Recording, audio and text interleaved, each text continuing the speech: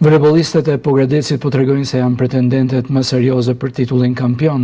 Pas fitores një javë më parë ndaj Dinamos, vajzat liqenore mposhtën Tjave dhe Tiranën, një tjetër skuadër që synon fronin e volejbollit shqiptar. Në një sfidë të fortë e të luftuar deri në fund, Pogradeci triumfoi me rezultatin 3-1 në një ndeshje ku çdo set u vendos në pikët e fundit.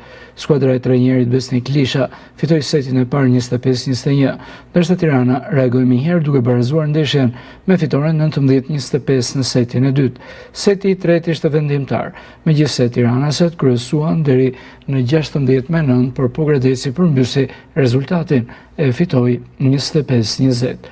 Seti i katërt solli rivalitetin më të madh të takimit, me kombinacione të bukura duke dhuruar emocione deri në fund. Përsërish, ishin pogradecarët që triumfuan 25-23, duke mbyllur ndeshjen 3-1. Në fitoren e radhës, pikatën Paula Gjata, Keida Kodra dhe Angela Mehmeti, të cilat po bëhen shtullat kryesore të ekipit.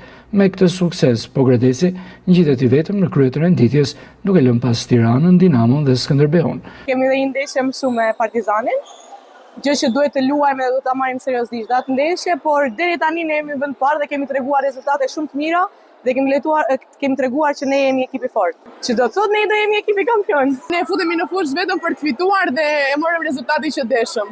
Çdo ndeshje, sidomos me ekipet që pretendojmë për të dalë kampion, nuk është e thjeshtë absolutisht.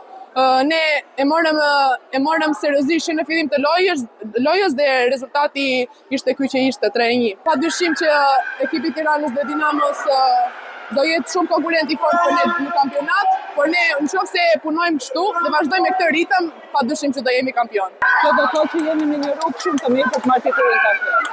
Kisha menduar një ndeshje të vështirë, këtë e menaxhuam ta fitonim një çik më kollaj se me Dinamo, por prapë ndodhe me etet një ndeshje e vështirë pasi Tirana është një ekip shumë i mirë. Dhe dua që sot të bëj një falënderim për gjithë tifozat e Pogradecit, i cili na kanë mbështetur shumë dhe janë treguar si lojtarë shtat këtu. Skuadra liqenore po tregon javë pas jave se është gati për titullin kampion të këtij sezoni.